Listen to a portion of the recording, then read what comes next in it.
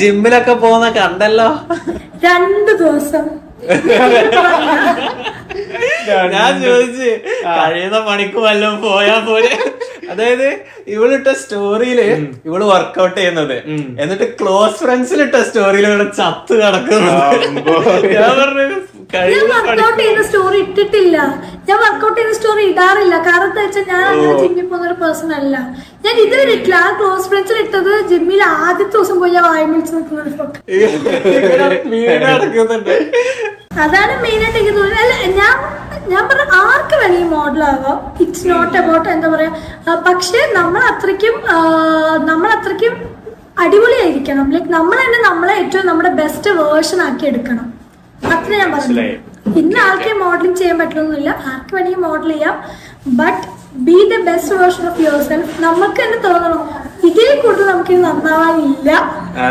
അവിടെയാണ് ശരിക്കും എനിക്കെന്താ പറയാ മനസ്സിലായ പഞ്ചി പറഞ്ഞെന്ന്.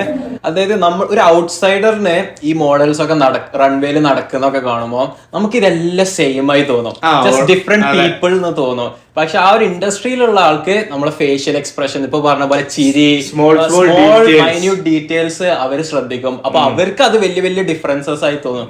ബട്ട് നമ്മളെ പോലത്തെ ആൾക്കാർക്ക് ഇവരെല്ലാരും ഒരേ കാര്യമല്ലേ ചെയ്യുന്നത്. ഇതിനിപ്പോ ഇത്ര സ്കിൻ വേണം, ഇത്ര ടാലന്റ് വേണം. ഈ മിന്ത്രയുടെ ഇ കൊമേഴ്സ് ഷൂട്ട് ഉണ്ട്.